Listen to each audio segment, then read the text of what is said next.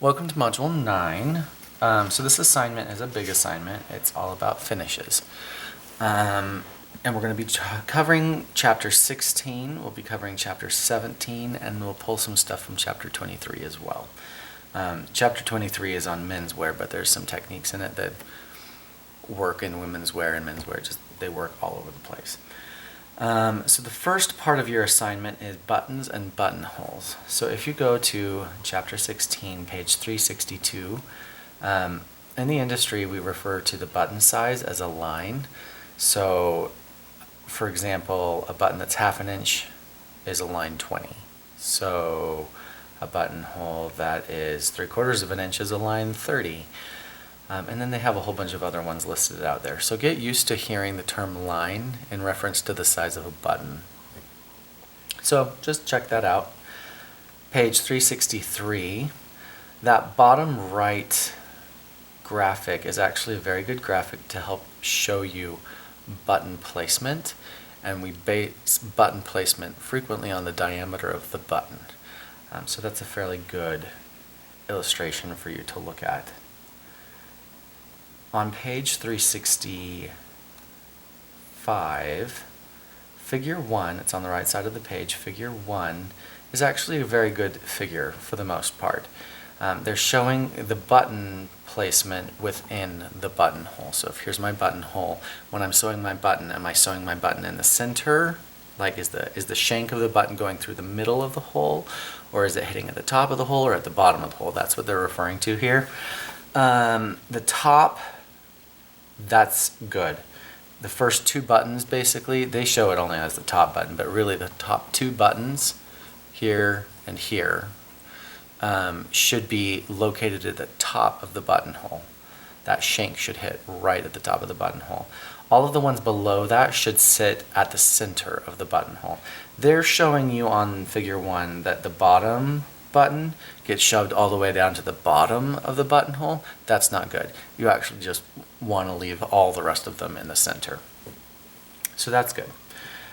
So now I'm just going to bring you down and we're going to talk about buttonholes and button extensions, all of that kind of stuff to take care of a button band.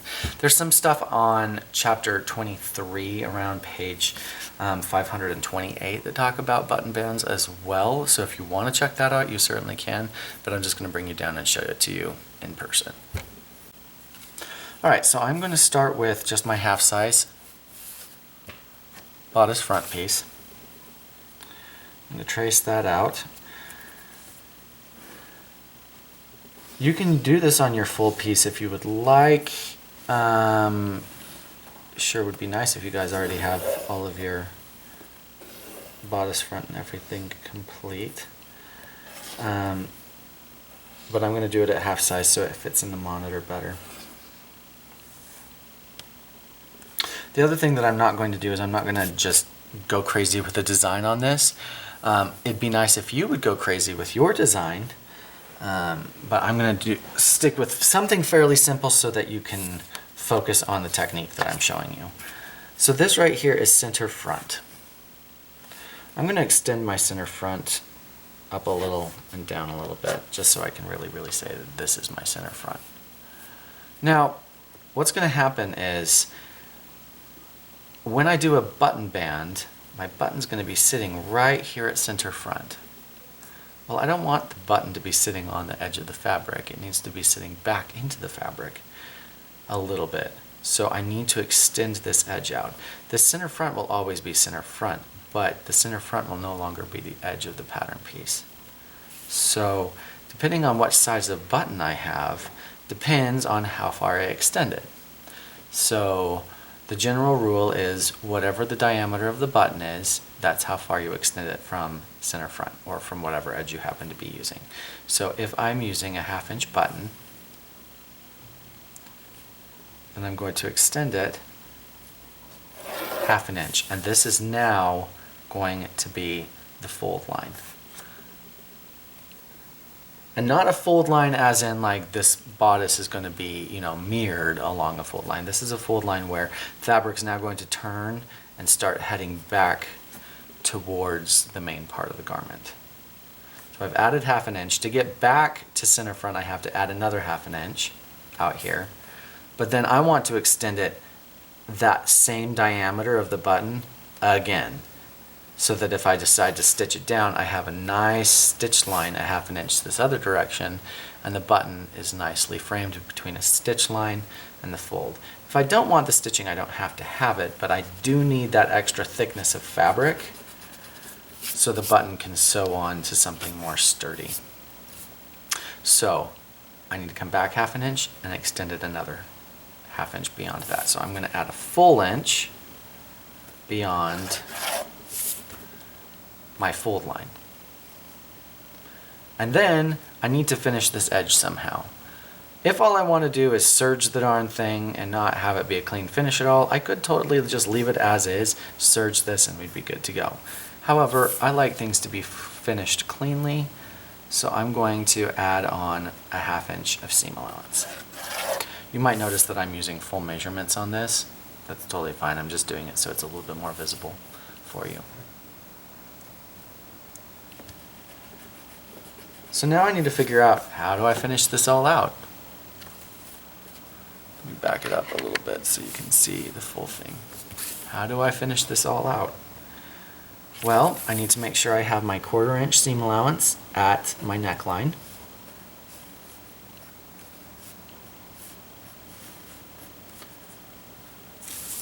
And my 1/2 inch seam allowance everywhere else. So I'd finish that out, I'd perfect my dart. Because this is no longer on a fold at center front, I need to add my grain line. I need to add my labels. We'll just call this bodice front style 056.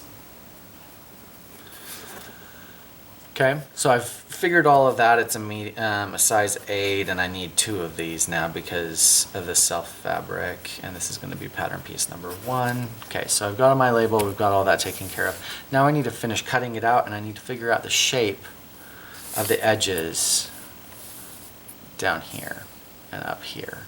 Like, how are we going to finish that out? Well, to make it really, really, really easy, we're just going to fold it and then cut it.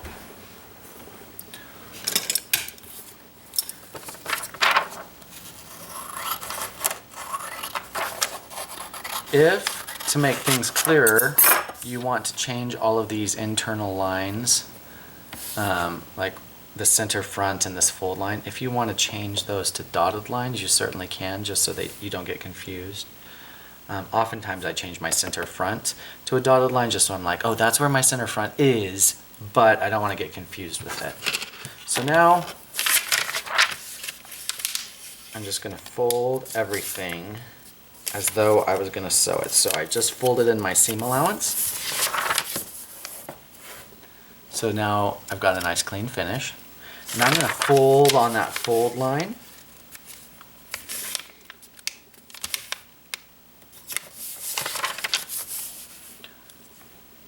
And then I'm just going to extend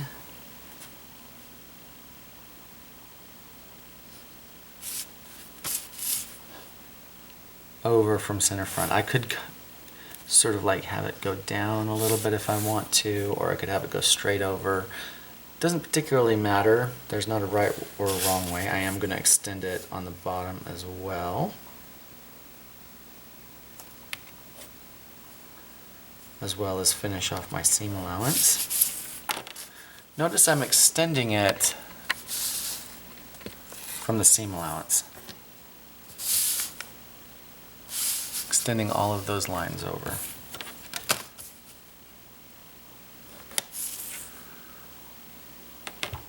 So now I'm going to take that and I'm going to cut along my seam allowance, just like we do to perfect darts and everything. What I'm doing is getting that shape transferred over.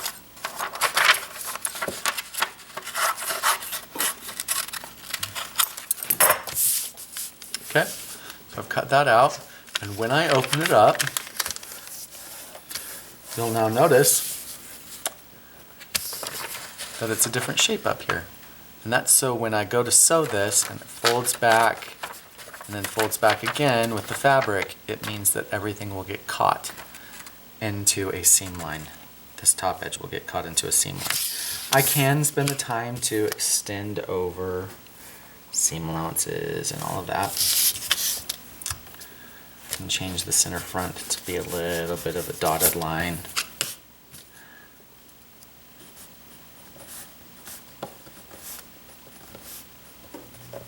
Just so we have that information. So now I need to think about my button placement. So consider there is a collar up here. So a button would probably be sitting a 1/2 inch up from this edge. So if I consider that in my placement as well, and then I decide how many buttons I want. So let's just say I want a button every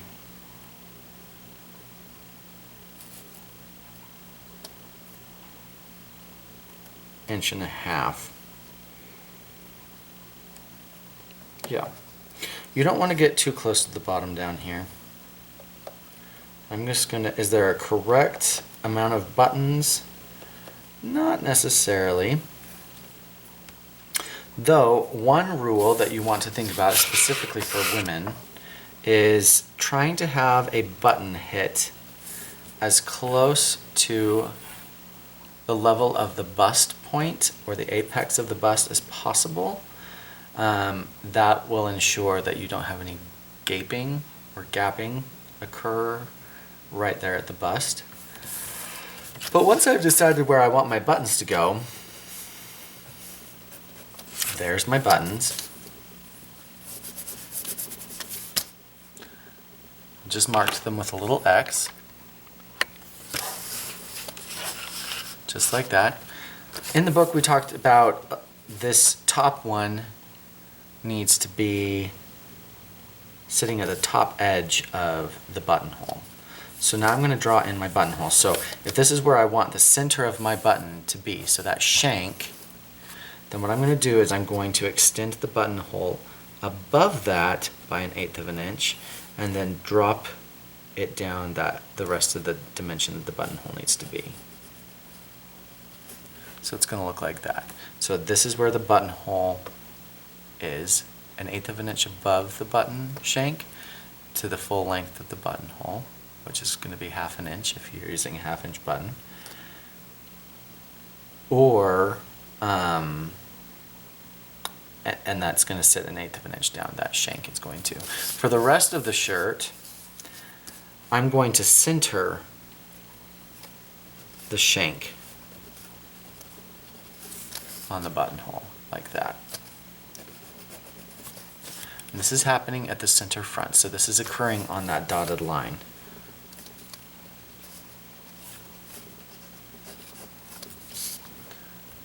What you're going to want to do is get an extra sheet of paper after you're done with this, and I won't require this for the assignment, but for the production places, what you want to actually do is have a strip of paper that shows all of these, so they can just plop it down and measure it in front of the buttonhole machine. And for the final one, just like that. So that's if the buttons are vertical. If, let's say, I didn't want the buttons vertical, let's say I want the buttonholes to go horizontal, you're going to find that in women's wear, you're not going to find it in men's wear. At least for a button-down shirt. You'll find it in like jackets and suits and stuff. You'll find this in jackets and suits, being horizontal for men, but not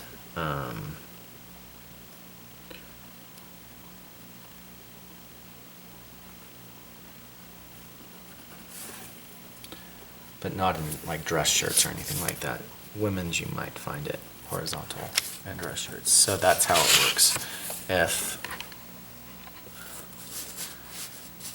it's going to be a horizontal, you just extend 1/8 inch towards the fold and then let it extend back towards the garment like that. Either or works. If you are going to do this particular kind of button, you might consider having the extension over here extend it even a little bit further so that on the inside it'd be more like an inch and a quarter sticking over here, so that the buttonhole doesn't get too close to the edge of your kind of built-in facing is really what we've done. That is how you do a button band. So the next thing we're going to talk about on your assignment is facings and linings. For your assignment, you need to make a facing, but you also need to create the lining piece that can get attached to it. You don't always have to attach a lining to a facing, but in this situation, I'm going to have you do it just so that you go through the practice of doing it. And you can either do this on the skirt or the top, but I'll show you both. And you can pick which one you want to do it for. On this particular part of the assignment, you do need to do the full thing. So you'll need to do a bodice front and a bodice back. You'll need to do the skirt front and you'll need to do the skirt back. You'll need to do the whole thing, front, back, external pieces, as well as the facing piece, as well as the lining pieces. So you are creating the full thing this time. So page 366, just some things to point out really quick. If you notice figure 1, they're showing an armhole facing and a neck facing. And they are showing how to kind of take those edges in by a 1/16 of an inch and down at the side seam by an 1/8 of an inch. That's okay. It's an okay thing to do. I would make sure both of them are more like a 1/16 of an inch, though. I wouldn't do that full 1/8 of an inch at the side seam. Honestly, if you're going to be doing a facing on the side as well as the neckline, though, at that point it is better if you do what they show you on page 368, which is combine the facings. It's just a lot cleaner. You'll have fewer floppy edges on the inside of your garment. So 368 is what you'd like to do if you're going to be doing a facing for the neckline as well as the armhole. If you've got a sleeve, then you're only going to be doing it in the armhole. Because facings, what they are for is to help finish the edge. It's a way so that we can make this outside nice and smooth and beautiful. And what do we do with the seam allowance? Well, it gets tucked away underneath and attached towards the facing so that everything can look really pretty. So that is what facings are. And you're not going to go wrong if you do her methods here. Some of the things that she's showing are a little bit confusing perhaps, where she's overlapping stuff. A lot of that's kind of unnecessary. So I'll bring you down and I will show you how to do facings and how to approach linings. There's some further lining information in the chapter on like jackets and stuff, but this will give you a rough overview, just some key things to think about as you're doing a lining. Okay, so I'm going to bring you down and we'll talk about facings and linings. So I'm going to kind of design a vest really quick to line. So this might sound familiar to some of you from last semester, or just from AM 143 in general.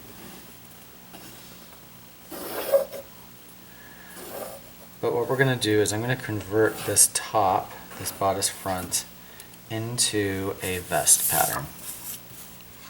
So I've got my front, and I'm going to do the same thing with my back. And the general idea is that I would like to have a facing along the front edge. This is going to pull in that button band that we just did. At the center back, I'm going to have it be on a fold. So here's center back. I'm going to have it be on a fold. I think I'm going to get rid of this back dart, have it be a little less fitted. Actually, no. What I'm going to do instead is I'm going to turn it into a princess seam.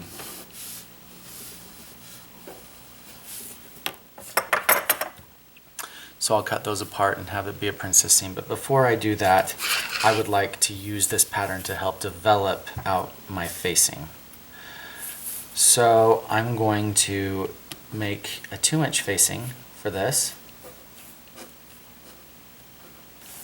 And basically what I've done is traced this back neckline as well as shoulder, and I've made it 2 inches from here to here. And then what I'm going to do, I'm going to take my front, let's make this into a princess seam as well. Let's just have it go high up on bodice. Just like that. So I've got my princess seam, and I need to use that same dimension from the back, so it's 2 inches from here to here, so that when they go together, it sews together beautifully.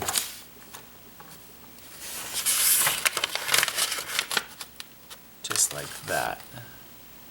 It's going to sew together like that.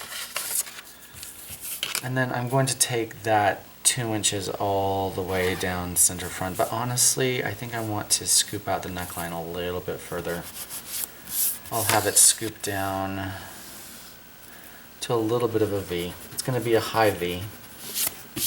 I would pretend I did the contouring right there. But now what I'm going to do is finish drawing in my 2 inches all the way down. At this point, for the facing, I could leave that as a sharp angle, or I could blend. And I'm just drawing this on the pattern pieces that will ultimately become the external pieces of my vest. I'm just snagging the shapes from them right now. So this is where the facing is going to be. So then all I need to do is, you know what, I forgot my buttons. If I wanted this to be a closure right here, if I want 1/2 inch buttons right here, I needed to extend that 1/2 inch.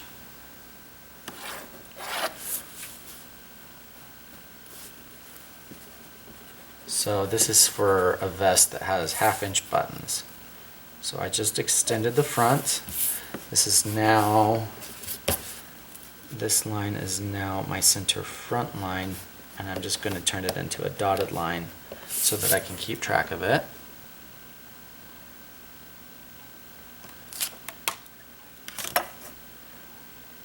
I would go back and mark all of the spots for the buttons later.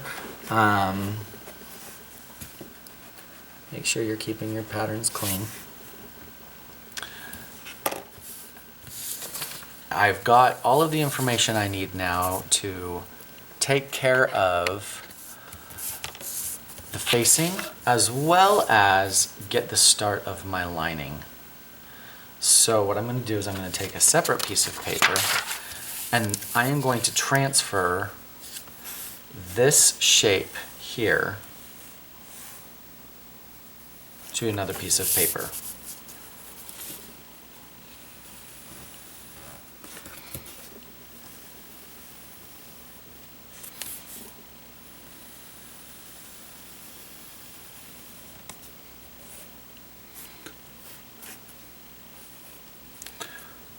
Be exact with it, use rulers. I'm going fast so I don't have this video last too long for you. I still would mark in my center front line. So there is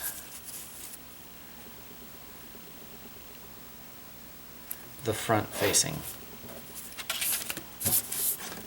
That pattern piece, all I need to do is add seam allowance.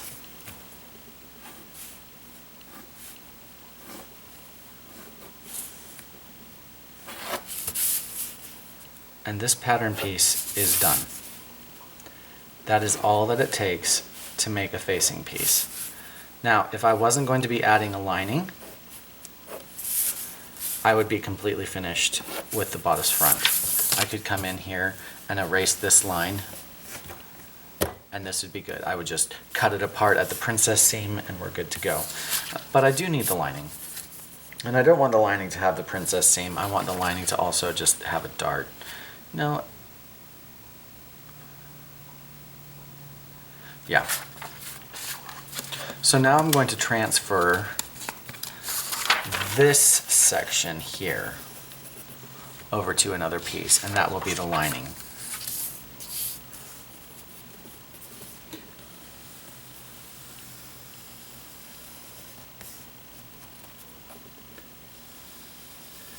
Transferring it over as a dart.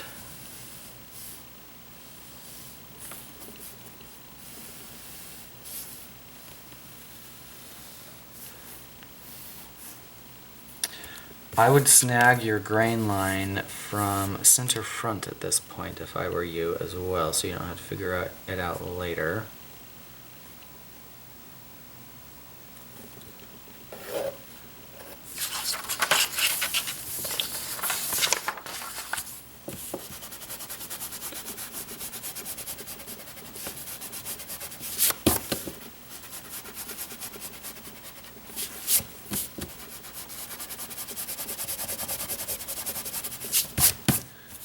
And my front's back to normal. All I have to do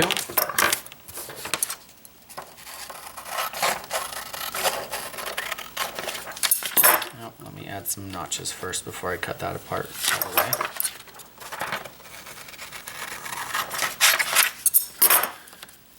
All I need to do is come in, add a grain line to all of my pieces. This piece over here is going to be number 1. This will be number 2.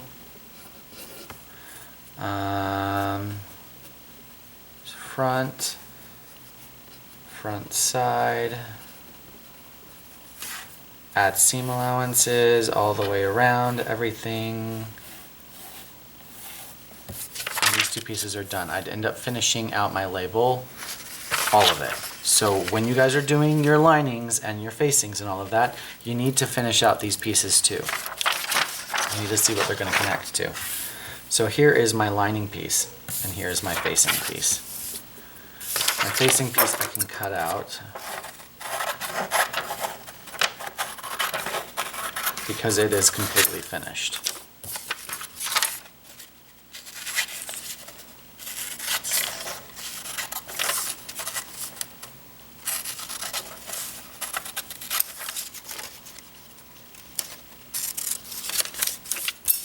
There's my facing piece. It'll get sewn together right there. And when it's all done, it's the exact same shape as this. There's that shape. But now on the facing piece, I need to add seam allowances in. But I'm not done yet. I do need to perfect this dart.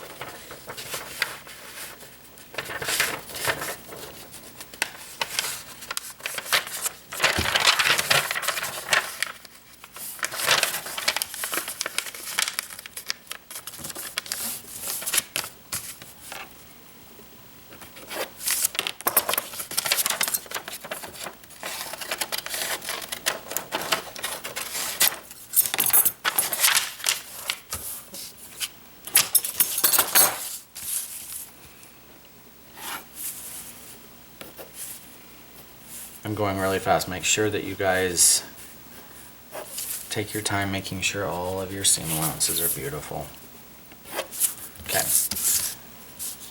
There's my lining piece. But I'm not done yet, because with linings need to be bigger than the pieces that they attach to. And that might sound confusing. But linings are always bigger, not always, but a good chunk of the time, linings need to be bigger than their outside pattern pieces. And the reason for that is so that they don't accidentally get sewn too small and pull in the edges of the outside garment. So make sure I've got my notches here. When those get sewn together, that's what they look like. Just like that.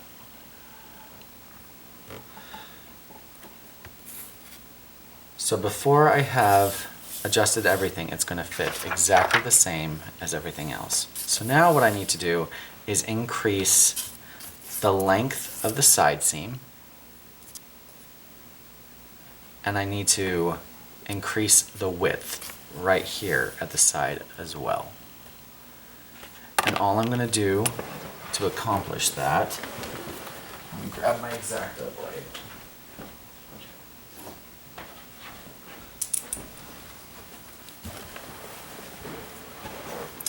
What I'm going to do to accomplish that is cut and pivot the seam allowance.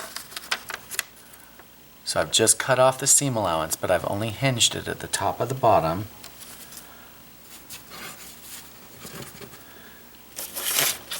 And I'm going to hinge it in the middle as well.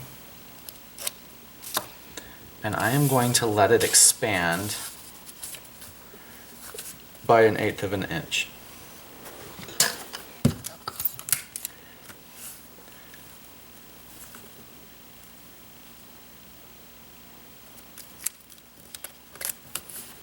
So it is now wider at this point on the side than it was before. That might be hard to see. Let me zoom in.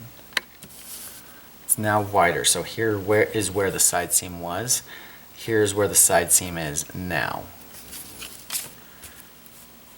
So it might bow out a little bit, it might straighten, but this is the new side seam.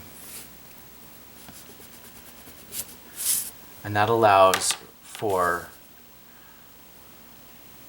everything to sort of move around inside the garment.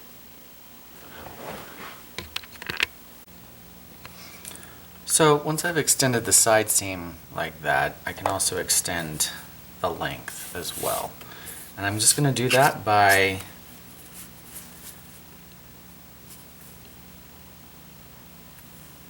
slashing across perfectly parallel. I'm at perpendicular to center front to my grain line.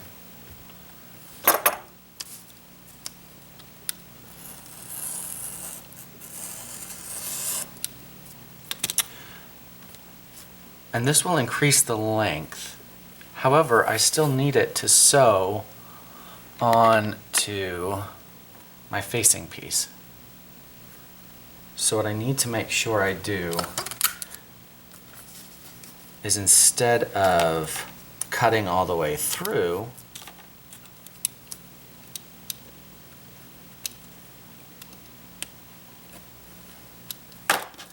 I need to make sure that I can just pivot this so that I'm increasing length along the side seam and throughout the front, but I'm not affecting the length of this line here, so that it can still sew to the front piece.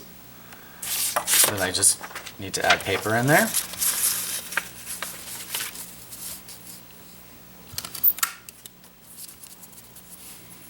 And we'll add about a quarter of an inch in height.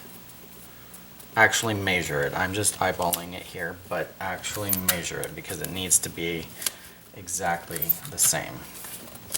I trust my eyeball measurements because, yeah, see, that's exactly a quarter of an inch. So,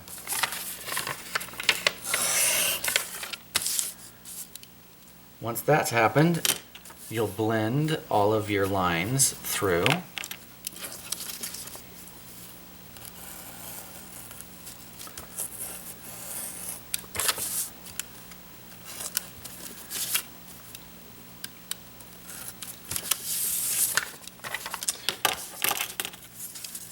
These two will get sewn together. The side seam is longer, so you've increased length, and you've also added width to this lining piece so that it can move around inside the body. So there's one lining piece. All of that will get sewn well to the front, right here. So then I'm going to label, well, I'll do that after I'm done with the back pieces. So here's the back. I'm going to make sure that this piece is also on a fold up here, and that's the center back, because they're going to be two separate pieces as well. But for this one, I'm actually just going to transfer, I'm going to transfer each piece individually again.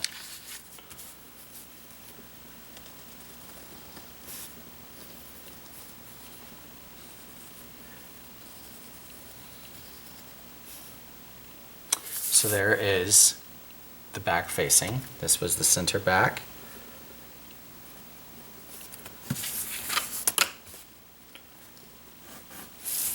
Add all of my seam allowances to it. I don't add seam allowance to the center back because that's on a fold. And I'm also going to transfer over the rest of this shape, including all of my darts.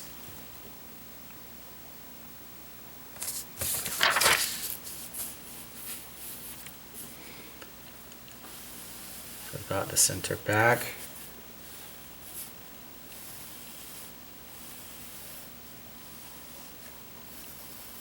I've got my darts.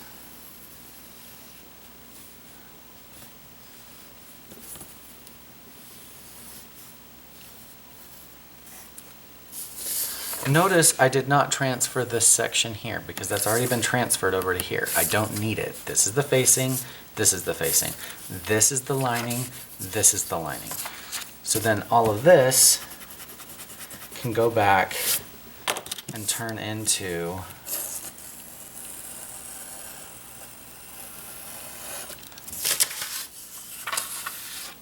oh, let me make sure I add a notch here.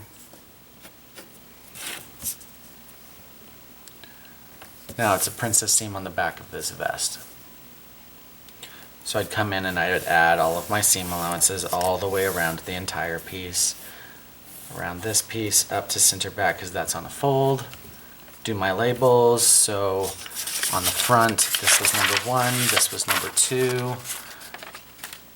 I'll make this number 3. Make this number 4. Label them what they're supposed to be. I can also continue labeling. This front facing will be number 5. I think I'm going to make this facing piece up here number 6. I'll make this piece number 7 and this piece number 8. So ultimately, when you're done with the lining activity, you should end up with 8 pattern pieces that you show me that all need to go together. If I don't want this line, if I don't want, I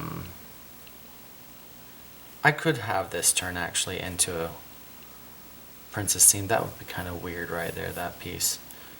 So I think I might just try and get rid of that dart and have this bottom part be a dart. In which case I'm going to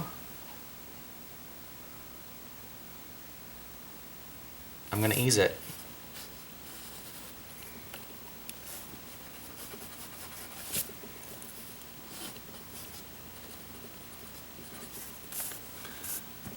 That's what it looks like to ease something. If you just want to ease it, if you know it's a small enough area, I'm just going to take this and I'm going to use an easing stitch and I'm going to make sure that that fits onto the front.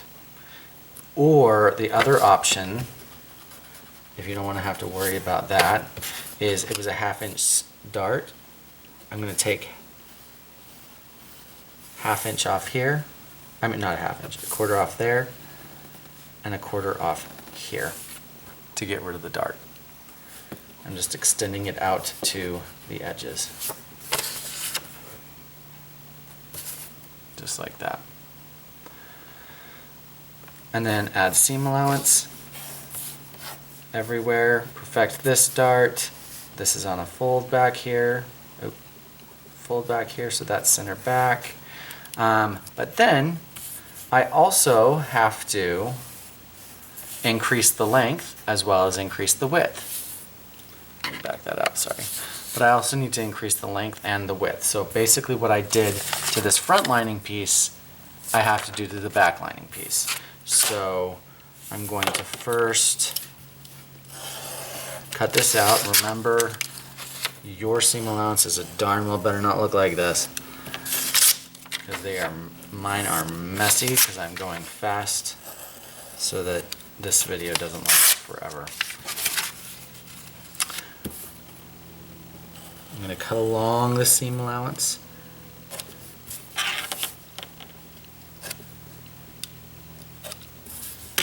So that it can space out like that. And whatever I added to the front, I'm also going to add to the back. So I added 1/8 of an inch on the front side. I'm going to do the same thing to the back.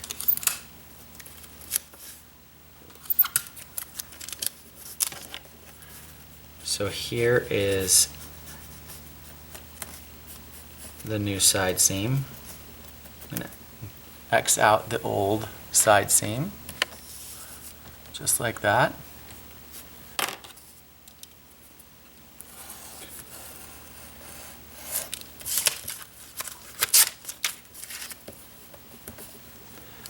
The other thing that I also need to do is increase the length.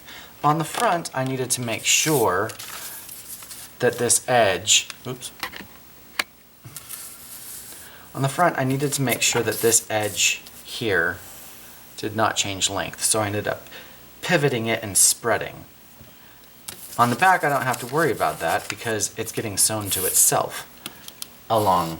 It's not actually getting sewn to itself at all, it's just extending all the way through the fold all the way to the other side. So the only thing that needs to happen is extend over from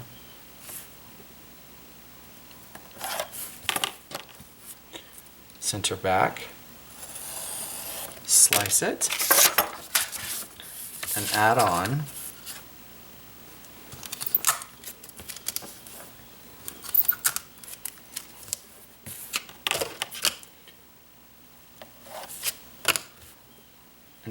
a 1/4 of an inch in length.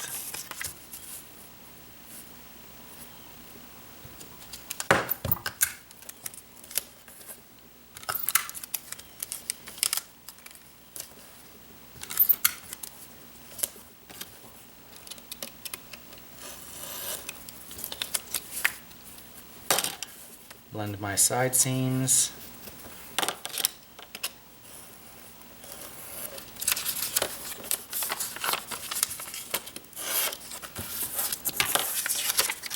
And true up any other lines that have gotten disturbed. So connect the dart point down to its legs, make sure that you've given yourself your notches. Did I do that on the front piece? I didn't. Got to make sure that that dart's still pointing the same. And those are all the pieces that you would need. So I've got my front and its side. I've got my back.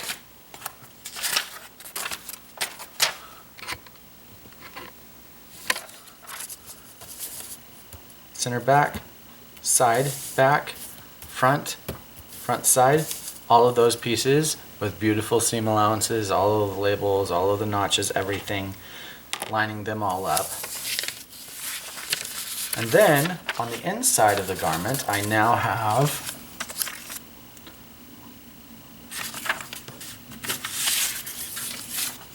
where to go.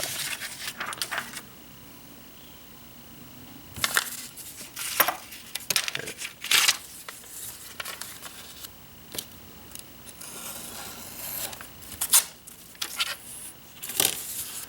My front facing, my back facing, that when they get sewn together,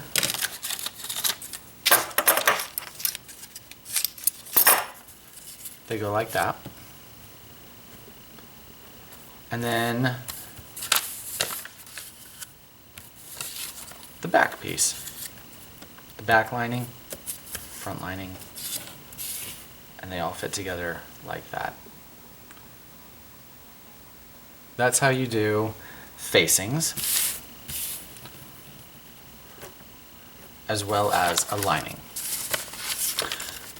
You do the same sort of expansion on the skirts as well, but you do a similar thing with the facings. Let me just do the front skirt. You should be able to figure out the back on your own.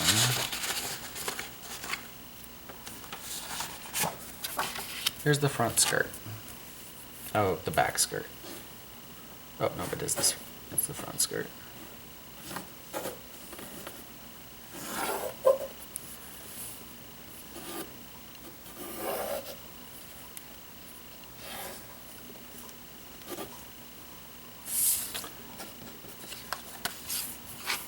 To make the facing for the front, just make it 2 inches wide. And honestly, what I would do is, let's just pretend you've got your front piece separate already. The front facing simply looks like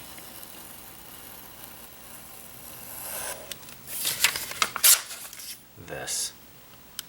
I've drawn it down at 2 inches, and I close these darts. It looks very similar to a yoke when you've created it, but a facing just means that it's going to be on the inside of the garment. So here's the center front.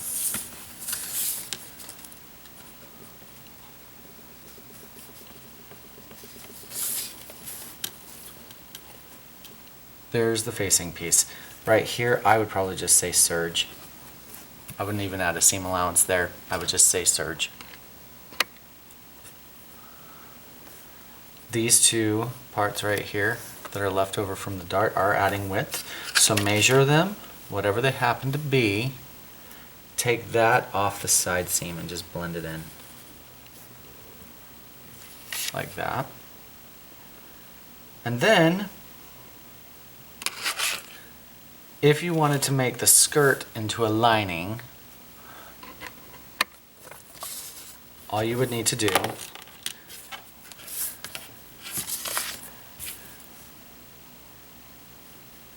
is, after you have developed your seam allowance,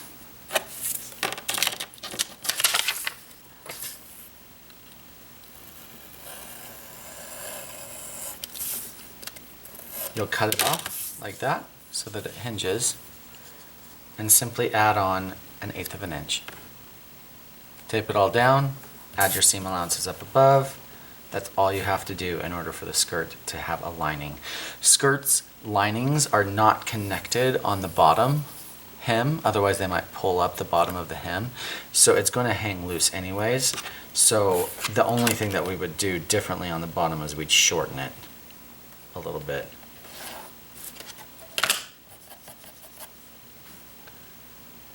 So that it doesn't poke out the bottom of the skirt. So that is how you would do a facing and a lining for a skirt. All right, now we're going to talk about plackets. On page, we're now into chapter 17. They start out by showing plackets, and these methods are good, so if you want to follow these methods, you certainly can for like the your choice. Or what I'd really like you to think about, yeah, so like page 371 and page 372 are pretty good for helping you understand how to make those plackets. But I want you to sort of think about, I want you to think about plackets kind of the way that we approach the men's tailored placket on the back of the sleeve. So to do that, for the your choice, take the technique that I'm going to teach you for the tailored placket and move it someplace else on the body and change the shape up a little bit. We'll talk about that as I bring you down. But go ahead and go to page 525.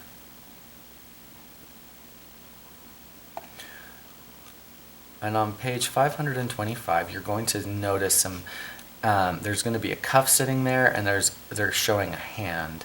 And it's just basically showing you how big the cuff needs to be in order to accommodate the hand. So basically, when we measure around the hand, that's the measurement that the cuff has to be. And then we have to end up adding extra fabric on either side to accommodate for a button extension so that we can actually button the cuff closed. If you didn't, yeah. Because we're doing a placket, we want this whole cuff to be able to open it up. If you were doing a cuff that didn't have a placket and was just, the width of your hand so you can slide your hand through, then you wouldn't have to worry about the button extension and everything. But that's what this is talking about here. On page 526 is where they start discussing the placket design. This is an okay method. So if you get lost in what I'm telling you when I bring you down, you're not going to go wrong with this method. So take a good look at it. It's page 526 through page 527. And this shows you a two-piece placket.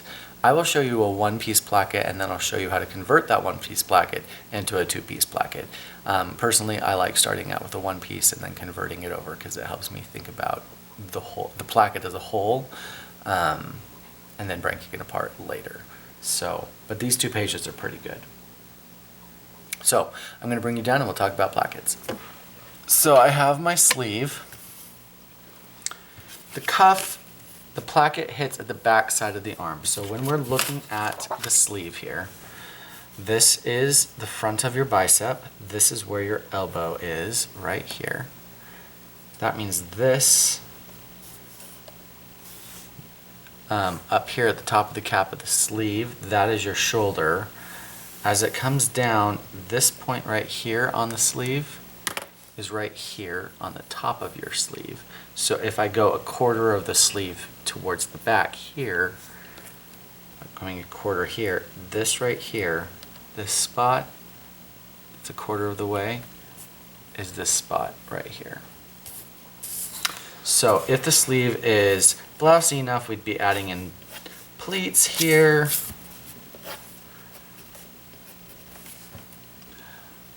And they would all be pointing towards a spot that is a quarter of the way back along the sleeve. And all I'm drawing on here is the size of the hole that the placket is going to fill up. And it's going to look like that.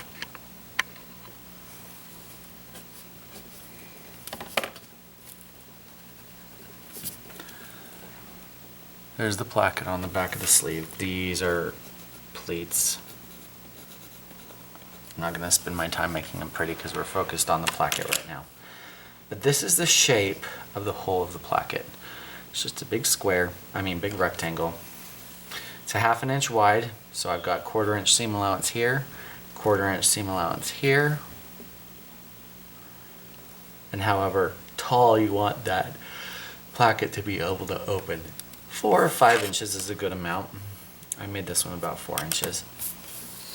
So what we're going to do is we're going to take another sheet of paper, and this is the placket that's going to fit into this sleeve. So when you turn it in, I need a beautiful sleeve that's got a label and all of the seam allowances and everything like that. And now I'm going to make the placket that gets placed in that sleeve. And I'm going to draw the same thing on the sleeve to begin my placket. I'm going to start out with the hole.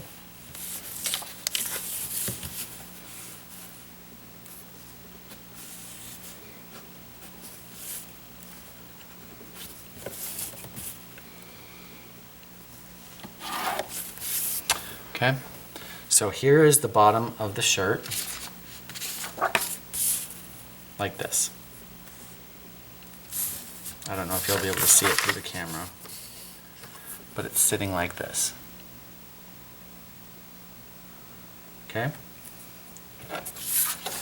So I've drawn my center line up from the hem, I've created my hem, drawn my center line up through the hole, given my quarter inch seam allowance here, quarter inch seam allowance here, and the height of the hole as well.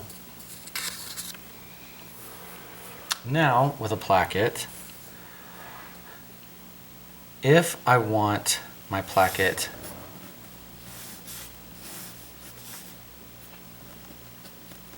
to look like that,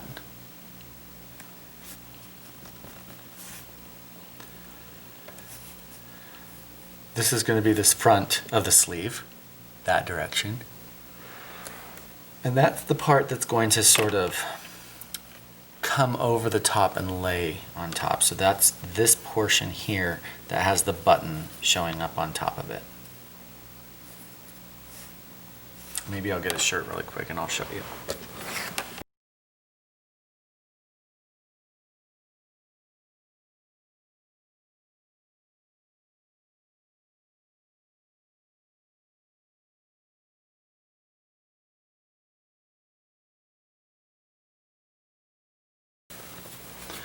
So this portion towards the front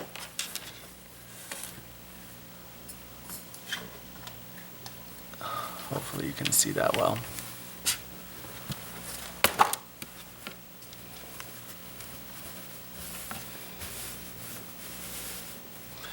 Is this portion of the placket right here.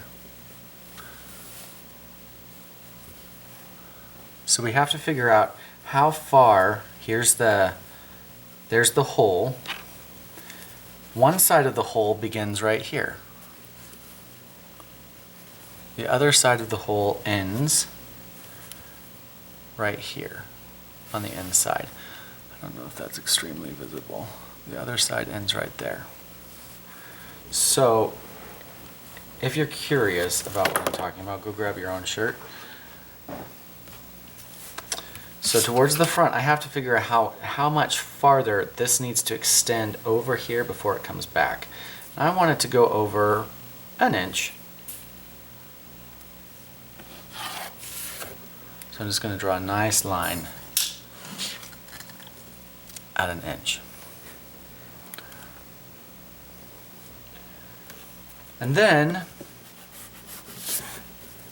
so it's going to come over here an inch, and then it needs to turn around and come back and get sewn onto this exact same line. So it's going to come over another inch. I would actually encourage you to look at the book at this point because it does a pretty good job of showing which parts belong to where.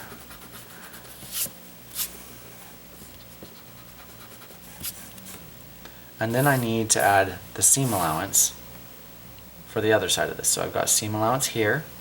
Now I need to add seam allowance to this other side. And that's 1/4 of an inch.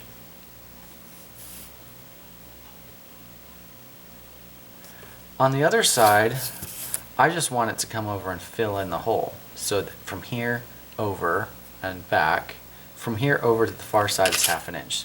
So I'm going to add 1/2 inch. Needs to come back, so I need to add another 1/2 inch.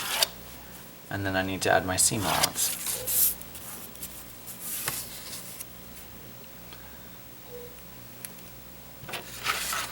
At the top of the hole, I'm just going to square over between all of those lines. Notice I didn't fill in this space right here. That's because this is going to come up, and if this was my placket, this is where the hole happens, down here. But at the bottom, up the top part, this little house shape, that's all happening above the hole. So then I have to decide how high I want it to come up. So if I want it to come up 1.5 inches, let's just make it come up 1 inch.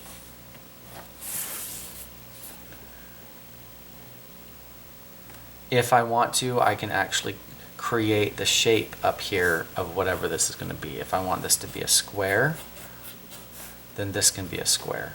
If I want this to be a really big oval, then this would become a really big oval. Whatever shape you want above the hole, you can totally make it. In fact, this area right here, it could all be really, really heavily designed as well. I don't know if that makes sense. Come to class and we can talk about it. But basically come back in and fill in your seam allowances.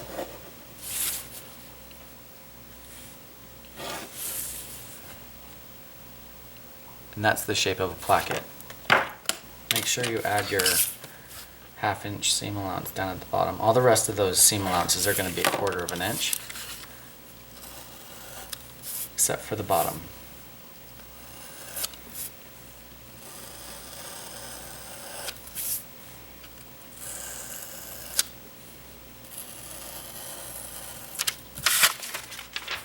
So when you are done, this is what your placket looks like. If you want to have that under piece, when you open your sleeve up and the button's attached to it, this part has the buttonhole up here. If you want that separate piece to be a different color, you just cut them apart. This can be one color, that can be another color. That's how you do a placket. If you just blow this up in size, you can stick it basically anywhere. It can become part of the neckline. And you can have buttons going down the front as a placket down the center front. You could have it go anywhere. You can have this extend all the way up almost to the sleeve cap if you want. You could put it at the front of the arm going all the way up towards the sleeve cap. You can go really crazy with plackets. Now we get to talk about pockets, and we are back to page 375. Well, back in the 300s. We're back at chapter 17. So on page 375, they start out with showing you patch pockets. And patch pocket just means that you have a separate piece of fabric that you have in a certain shape and you sew it to your garment. And that's it. It's as easy as that. You just have to figure out how to make the shape. So you're going to have to make a patch pocket, but you also have to show it to me where it's going on the design that you come up with. So as we're doing these designs, make sure you're pushing your design. Don't just give me the front and say, here's where the patch pocket goes, and just plaster it on there. But basically what you're doing is showing where that pocket lines up on your pattern piece. And we'll talk about some different techniques to draw that on the pattern and how to prep it for production. So that's a patch pocket. And then if you continue down, they do also have lots of different methods throughout this book to show you how to sew things together, and a lot of them are pretty darn good. The pants section's pretty good. This pocket section's fairly good. But now we're going to look down at page 378. Starting at 378, it starts talking about the jean pocket. Her facing, I will say, is perhaps a little bit large, but the method that she has here will certainly work. So if you need help just looking at a visual in the book with those words, 378 is a good place to start with the jean pocket, and this is the one that I'm going to show you. There's no specific shape or anything like that it has to be, but this technique will work across the board. So yeah, I will show you how to do a pocket, and I'll bring you down to do a patch pocket and a regular jean pocket. So now we're going to look at a patch pocket.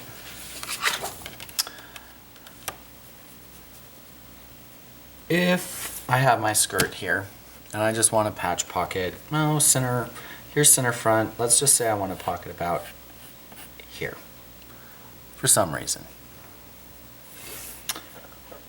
Basically, I decide on the pattern piece that I want it to go on, how big I want the pocket, where I want the pocket placed, and I'm actually just going to draw it right on to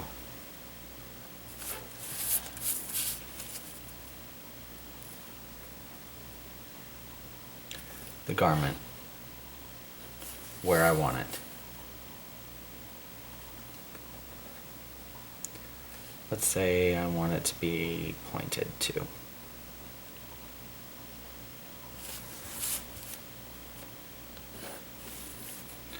I could have this on the top, like a bodice front, bodice back. I could put a patch pocket anywhere I want to. So let's just say I have a skirt that I want a patch pocket to be there, one on either side. Well, on my actual piece here, I come in 1/8 of an inch down and 1/8 of an inch in from every single corner. Exactly 1/8 of an inch, just like that.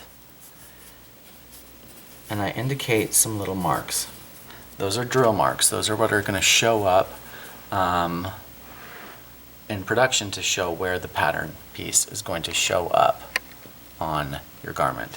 So then all I have to do is create a pocket piece that now is going to match this.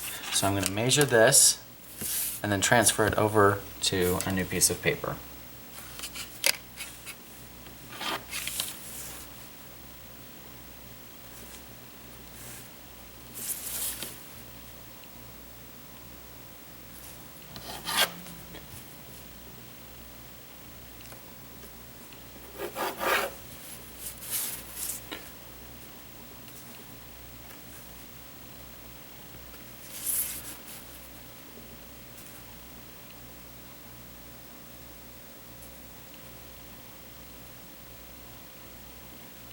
All the same dimensions. Is there an exact size that every pocket needs to be? No. If you want it to fit a phone, well then get a phone and plop a phone down and trace around a phone to make sure that a phone's going to fit in it.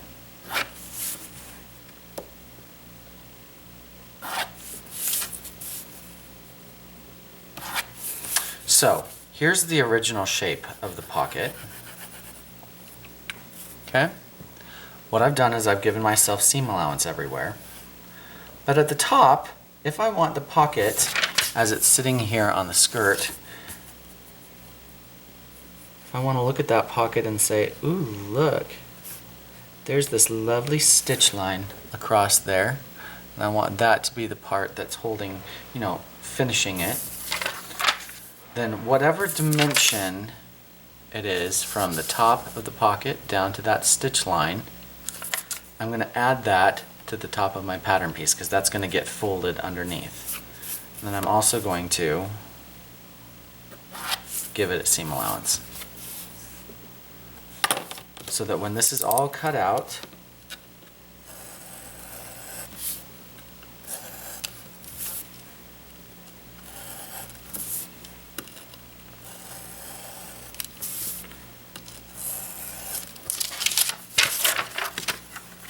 and sewn, so all of these seam allowances are folded underneath.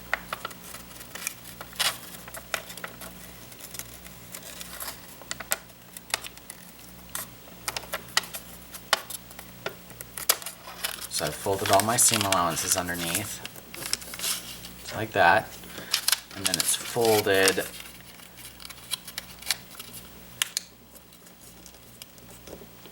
down. There's my little pocket, and on the inside it looks like that, and this will have been stitched down. Then it will fit on top of my garment just like that. And then it gets stitched down.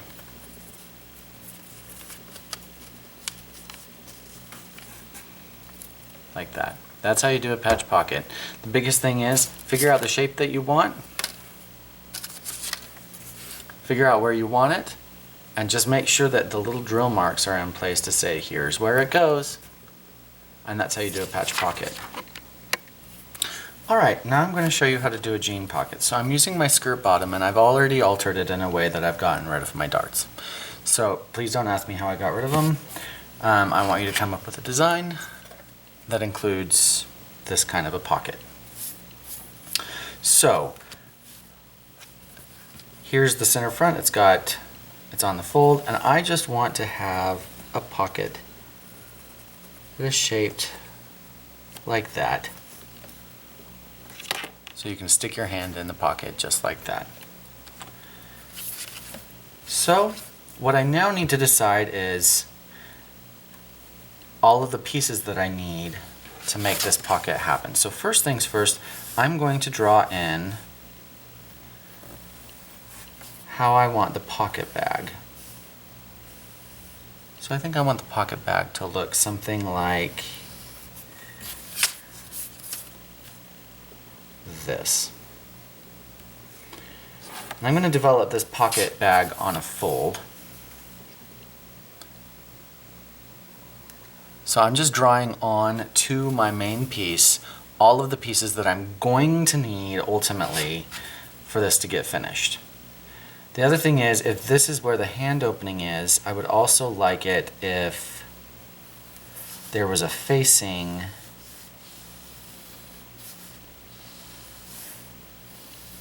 that came down like that, so that when I'm looking at the pocket, like on a typical pair of jeans, I don't see lining fabric here, I actually see part of the fabric. It'll make sense a little bit in a little bit, but basically what I've done is I've created where my pocket bag is and where my facing is, and then I'm going to extract those pieces. So first things first, the pocket bag, and I'm just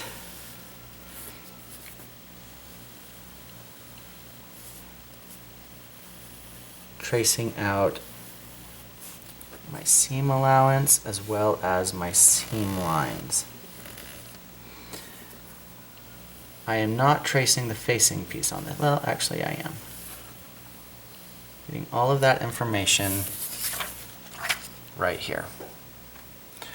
I want this to be a fold. I'm going to fold it.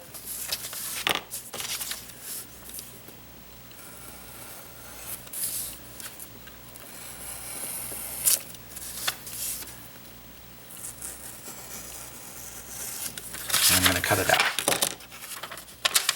So there's my pocket. So when this folds back over, I can slide my hand in here. So I need to get this opening transferred onto this piece.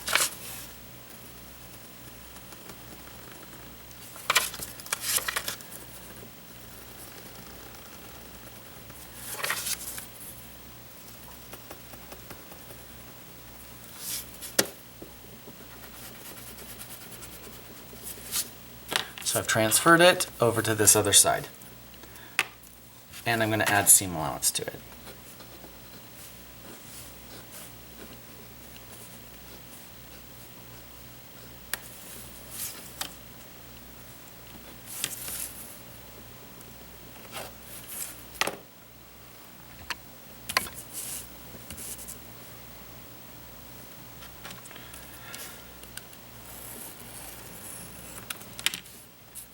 So that when it closes,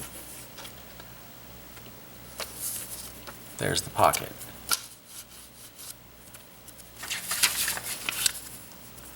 It's on that main little skirt. There's the pocket.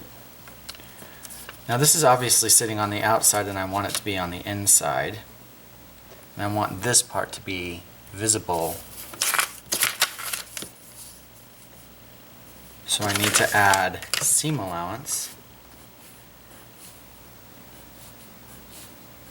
to the hole, to the pocket section on the skirt. So it's like that. So when they get sewn together, there's the pocket.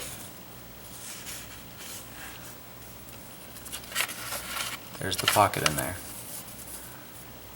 Now all I need is to get this facing piece. So I'm going to transfer that over to another sheet of paper as well.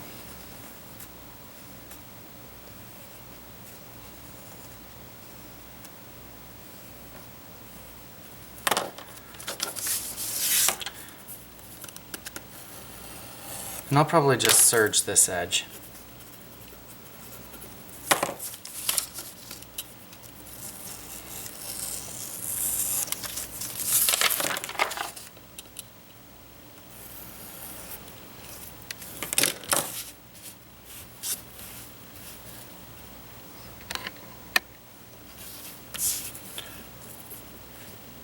Make sure I get my grain lines.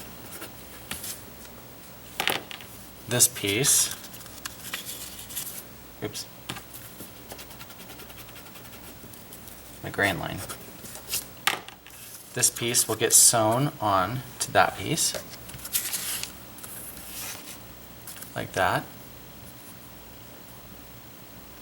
Make sure that on here I give notches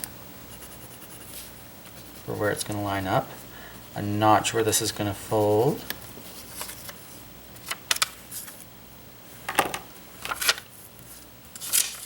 on the actual garment, a notch where this part of the pocket lines up, and a notch right here where it lines up, and then I can erase all of these original guidelines. So I have my skirt, I have my pocket, I have my facing, and when they all get sewn together, they look like that. That was fast, I know. Start getting used to this idea of having a full pattern piece, and then for small elements that you need, drawing them on and then extracting them from the pattern piece onto other pattern pieces, like this.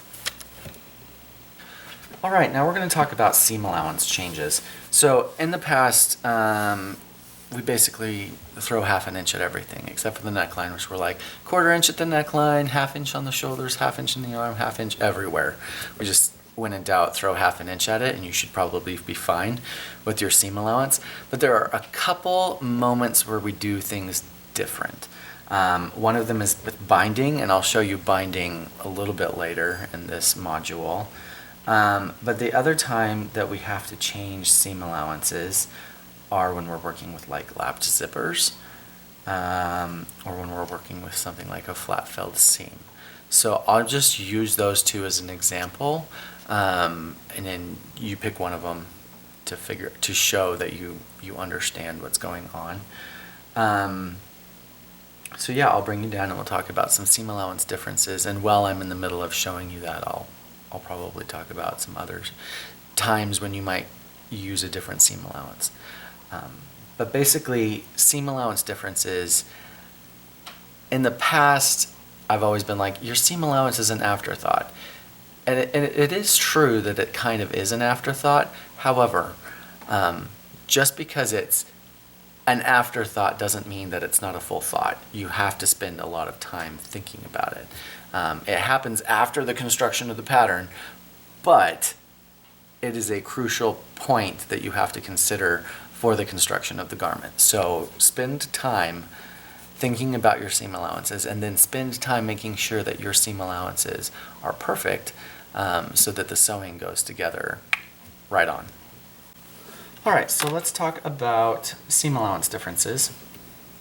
So if I'm going to do a lapped zipper, let's say this is the side seam of a garment coming along here, and this needs to get sewn onto here.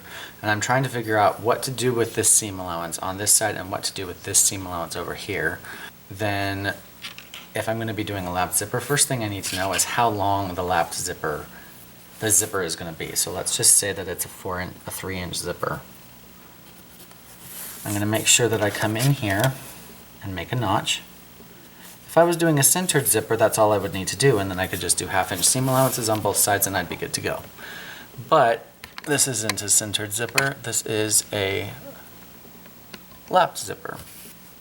So when you're looking at it on the left side, and this is always going to be the case unless you're doing this on the right side of the body, but usually we do lapped zippers on the left side of the body or on the back, and in both of those cases, when you're looking at the pattern pieces, the pattern piece that are going to get sewn together like this, the pattern piece on your left hand is going to be the one with a different seam allowance, and we want it to be 3/4 inch seam allowance. So instead of 1/2 inch, we want 3/4 inch, and that 3/4 inch just extends down to a 1/2 inch beyond where your zipper will end. From that point on, it can go back to being 1/2 inch.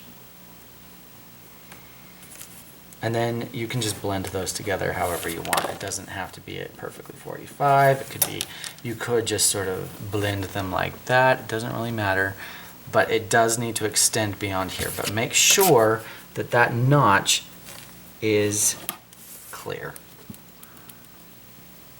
On the other side, your seam allowance is 1/2 inch.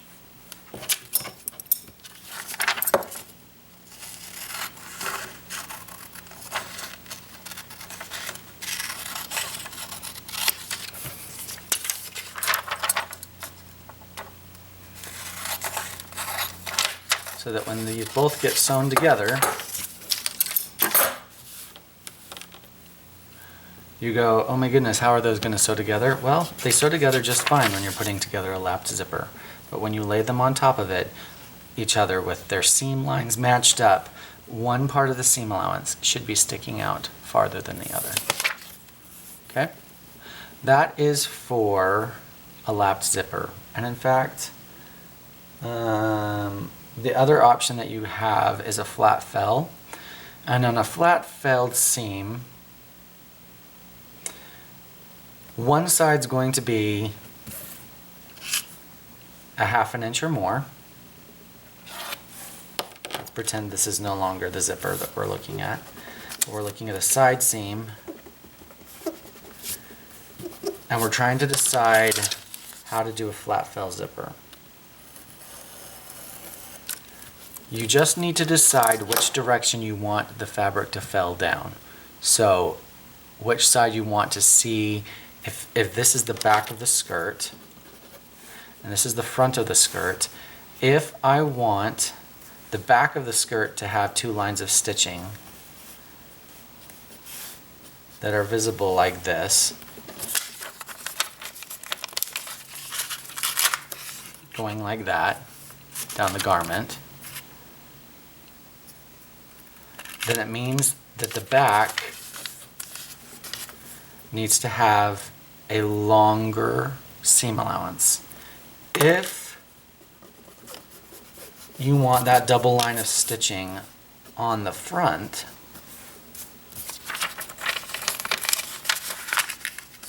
then the front needs to have a bigger seam allowance than the back. I'm going to do it for the back. That's usually, if you look at jeans and stuff, that's often the case.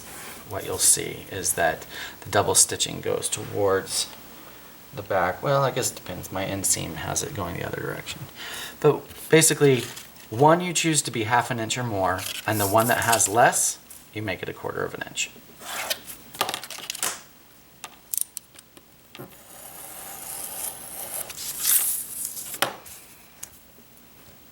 So that when they get sewn together to create the flat fell, here's that shorter side on the front, here's the longer side on the back. They get sewn together at that seam line, and the taller edge can fold down over the top of the skinnier side and get folded down. That's the flat fell. So you just have to decide which direction you want to have a double line of stitching. And there you go. That's the flat fell. I'm actually going to encourage you to do the lap zipper. That's probably going to be more useful for you to know in regards to seam allowance differences. But just think through when you're doing seam allowances, how much seam allowance am I going to need to finish this certain particular garment? If there's not a particular finish on the seam that requires something different, just go with 1/2 inch. Now we're going to do a zipper. So, but not just any zipper, we're going to do a fly front zipper. In the book, they show how to connect the fly front zipper to, like, to the actual pattern piece. I'll show you how they do that. Honestly, I don't like it. I think it's cheap. It doesn't make it nearly as robust or as just nice looking. So I will show you how to do a fly front zipper that we typically will use for like a jean, the pattern pieces that are involved with that. So I'm going to bring you down. There's not really a spot in the book that I want to show you in association with that. There's some stuff down in the section on pants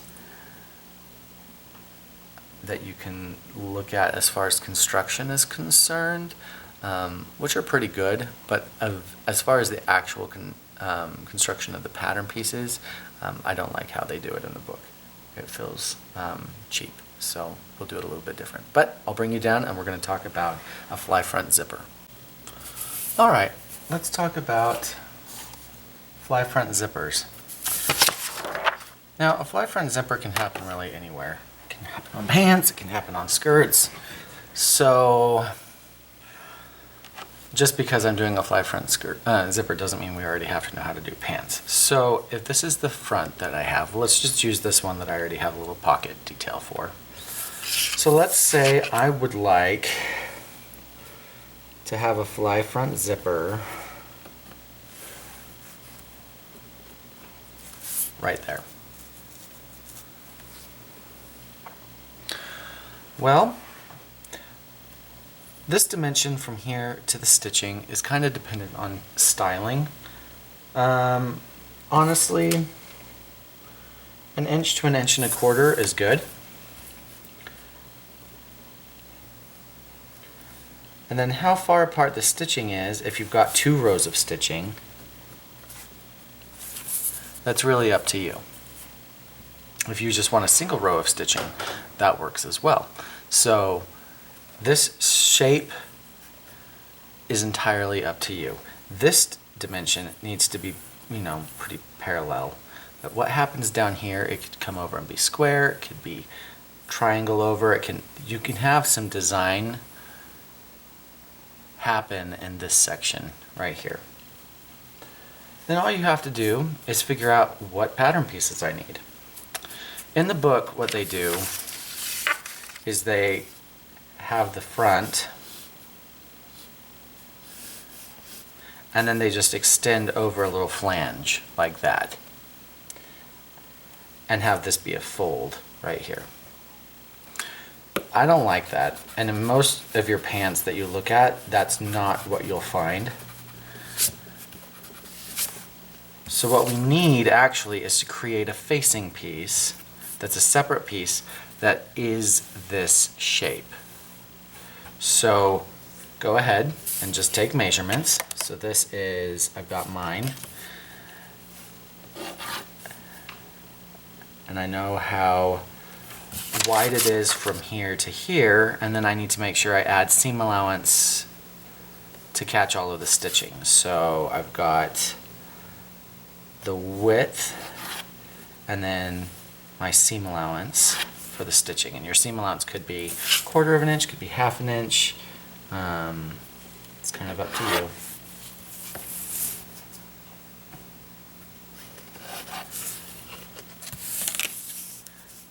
So this is basically what's happening. I'm creating this so that it gets sewn onto here and then folds back. Now, you have to pay attention to the fact that this is the right side of the garment. This is going to be on the left side. So I've drawn it on my right pattern piece, but just label left fly front zipper so that whoever is sewing it knows that, oh, that's not for this side, this is for the left side of the garment. Because we'll always just have, cut 2 of these. We're going to have 2 of this skirt. This is no longer a fold. This is center front, so I also have to give myself seam allowance. Not seam allowance, grain line. So there's my grain line. So I need to make sure that the way I develop this curve on this pattern piece is going the correct direction. And the way to think about that is, this is the right side of the garment and this is the right side of the fabric. The right side of the fabric is facing up with a pattern piece like this. Sorry, the right side of the fabric is facing up. Well, with the facing, the right side of the fabric is facing towards the body, which means the right side of the fabric, if it's laying on the table, will be facing down. So that means if this is the left side,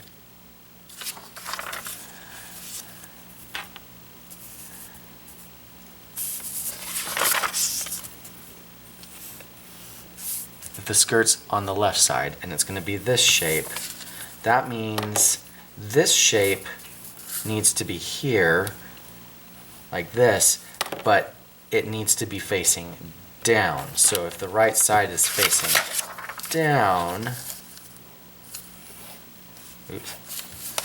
then ultimately the curve needs to go the other direction. So that when your skirt pattern gets sewn, or your pant pattern gets sewn to it, it creates a straight line and then it bloops out like that. Okay? So then you just make sure that you've got all of your curves the same amount. The same orientation, the same shape.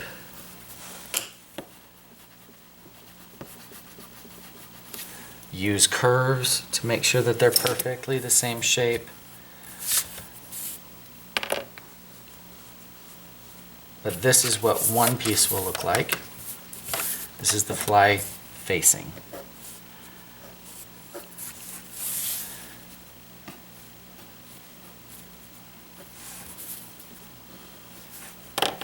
So that when it's done,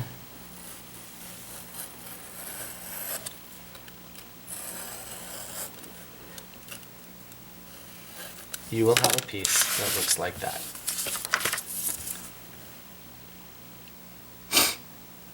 And that will get sewn onto the left front over here. So if this was, let me find my,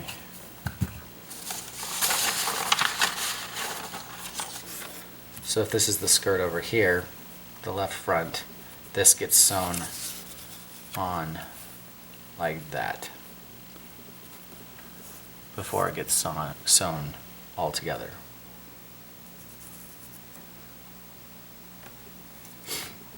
Because when this gets folded underneath, the right side will be facing down. So then the other thing, if you look at a fly front zipper, is you have a fly guard, and that's coming from the right side and extends underneath. And it needs to extend far enough underneath that it covers up this fly zip, this fly facing. So that's what this is called, fly facing. Make sure you add seam allowance on the top. I forgot to add seam allowance on the top. So since the entire width of this piece is 1.25 inches, I'm going to make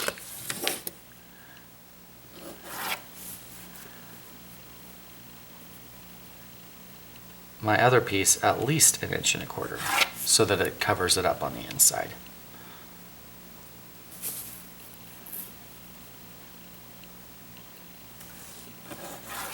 Take a moment and look at your own jeans and look at the different pieces involved. So the fly guard, I'm going to make it and then I'm going to explain it to you. And you can then come back and look at the shape of it and how it's put together. Remember my seam allowance at the top. I'm going to make sure that it's longer than this as well.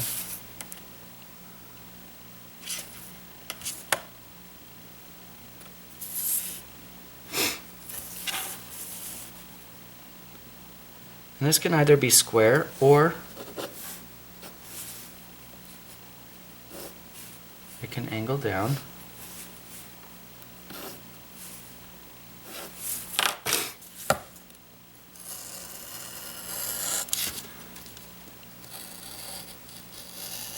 And this piece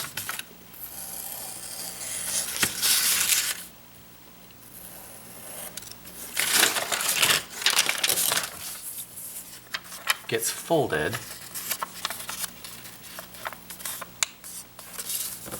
and attached on the right side, like this. So we've got our skirt on this side. Ignore that it's center back, I'm just using it because it looks like it's the left side. And my fly guard, and my fly facing on this side.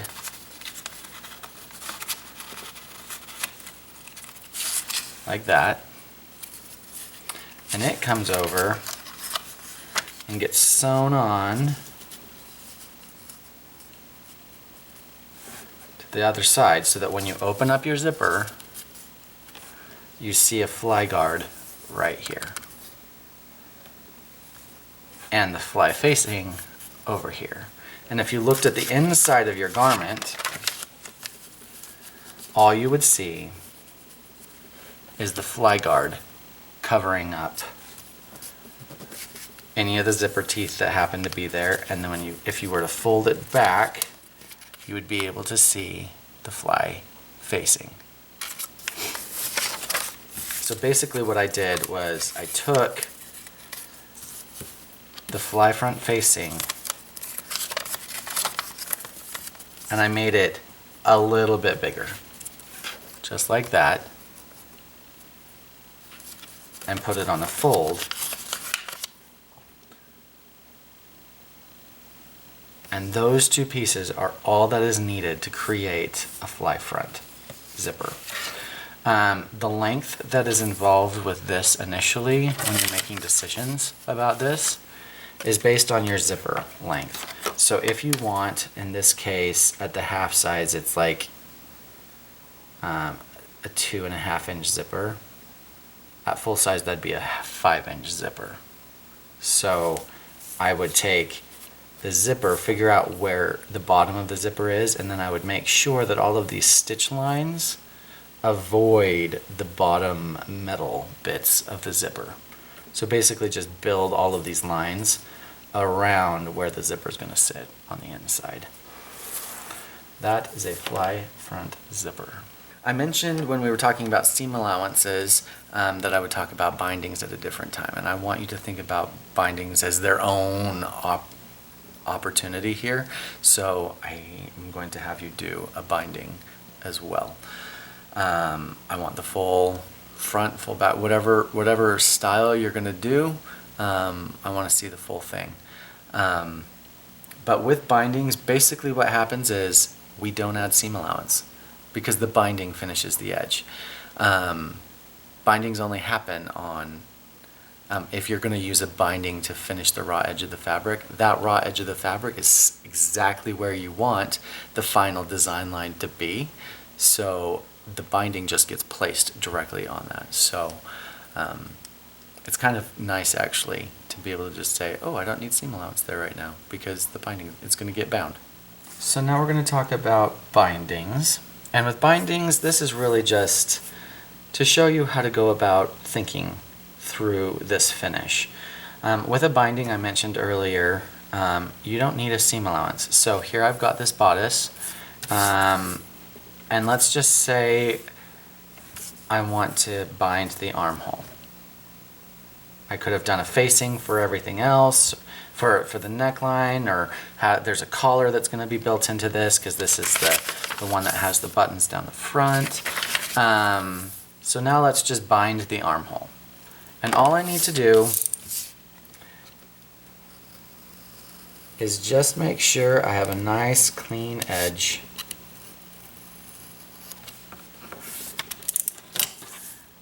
And then I'm going to just put an arrow towards it and say bind at 1/4 inch.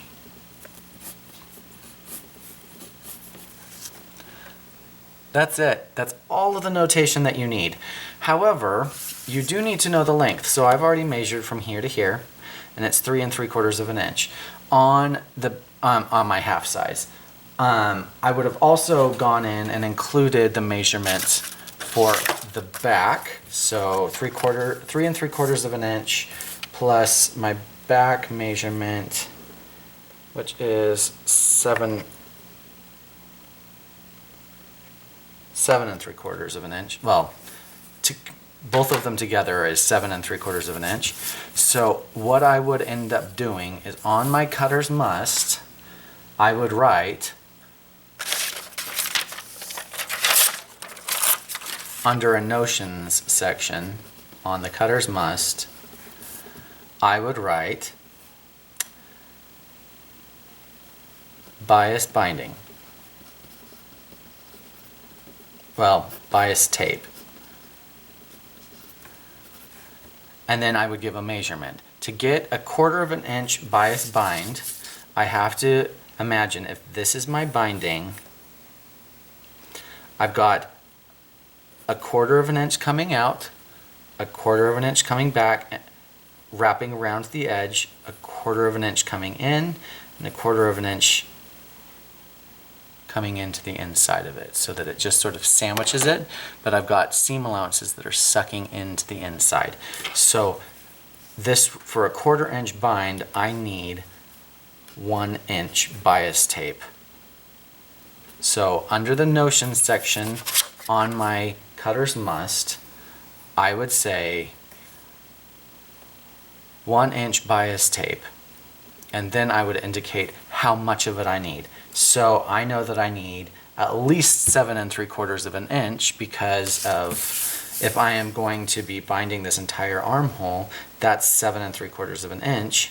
However, because of the way bias binders work, it's good to have tails that just sort of hang out. So I would automatically just add like 4 inches to that number. So I would probably say 12 inches as the cut number. 12 inches of 1 inch bias tape. And that would be enough for this. Some places will actually require a pattern piece for bias tape. Not most places. Most places, as long as it's written in and they know that it's in the technical package, they won't worry about it. But if you want to create bias tape, all you have to do is get the measurement that you need. So here's 12 inches, which is going to be 11 inches, which is going to be the right amount. That'll work for this particular piece. And just make sure it's long enough that you give extra. You don't have to put seam allowances on it. It's already built into the binding. And you just make sure that you give some bias arrows. And you just include that as a pattern piece. So if this is my front, number 1, let's say the back's number 2, and we'll just pretend all the rest of the finishings are somehow included in the garment. That would make this number 3. And I would just indicate that this is bias tape. So for the assignment, go ahead and give me one of these. Finally, hems. We've talked a little bit about this in the past, depending on which class you've been in, if you've been present. It would sure be nice if more of you would actually show up to class. So hems, this is how we finish a hem if it's coming in from an angle. If the hem's coming off something that's just perfectly straight as it comes down, it's pretty darn easy. But we'll talk about how much to add, depending on the seam type that you're going to use, what you should consider for doing hems. And this is the final finish that you have to worry about. So there's 10 different elements to this assignment, and this is the 10th. So, all right, the final thing that you need to do is show me how you can do a hem for finishing. So I've mentioned this in class before, but let's just do an official activity with it. So here I've got a sleeve. This technique only really works with a flat sleeve or like a straight hem. If it's just slightly curved, you can do it to one edge or the other, but for the most part it only works with a flat hem. What you're going to do is decide how deep of a hem you want. So if you just want this hem to fold up an inch, then just add an inch along the bottom. So now you have to decide, how do you want to finish it? What kind of machine? Do you want a straight stitch to finish it? Do you want a cover stitch to finish it? If you're using a cover stitch, then this is sufficient. You cut this off right here, and the cover stitch will cover this edge with loops of thread to hold everything in place, so you don't have to do anything more. However, if you're going to use a clean finish, which uses a straight stitch, then you need to add seam allowance to that. So I'm going to add my 1/2 inch of seam allowance. At this point, you can cut everything off at the bottom, because we don't need this extra paper. And all we need to do is finish figuring out the shape here. If the sleeve came down perfectly straight on the side, you could just extend that line and it'd be just fine. But because this is tapering in on each side of the sleeve, if I just continue this line down, or even just straighten it, it's going to be too narrow when it folds up and it'll start scrunching the sleeve in. So you don't want that. So what we're going to do instead is we're going to fold it up as though we're sewing it. So I'm going to fold along my seam allowance. And I would still do all of this folding even if I had already cut off the, if I'd cut it off right here, I'd still fold up along this next line. I'm going to fold along the hem, just like that. I had already cut along the edges all the way down to that bottom edge. So now, what I'm going to do is I'm just going to cut along the edge. And this works on skirts, this works everywhere.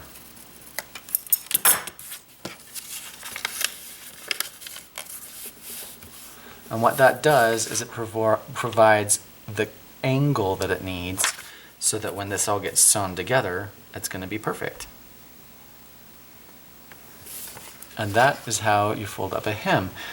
If, for example, you wanted to do a hem like, well, we'll just continue this up a little bit further.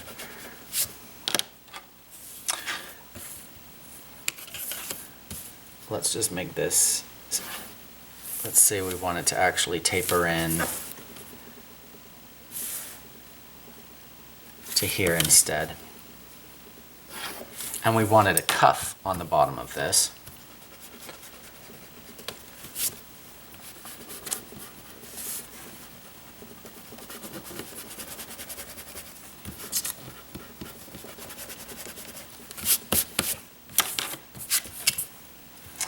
We're going to shorten the sleeve to right here, and we're going to give ourselves a cuff.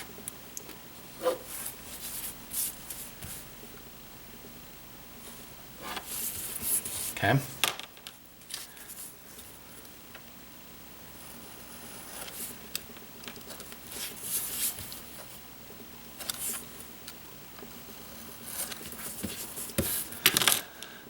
So we're going to have a cuff. And the cuff, we want it to fold up 3/4 of an inch, and then it'll fold down 3/4 of an inch, and then to finish the edge, we need to fold it to the inside, let's just say 1/2 inch.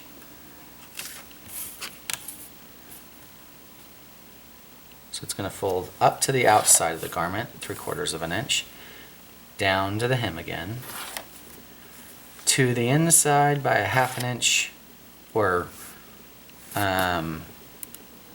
however much you want. Just make sure it's less than how much you're folding up on the outside.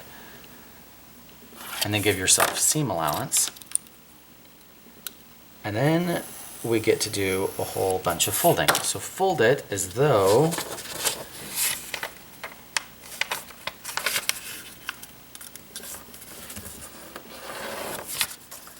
you're going to sew it. So I'm folding it up, and then it needs to fold down to the hem.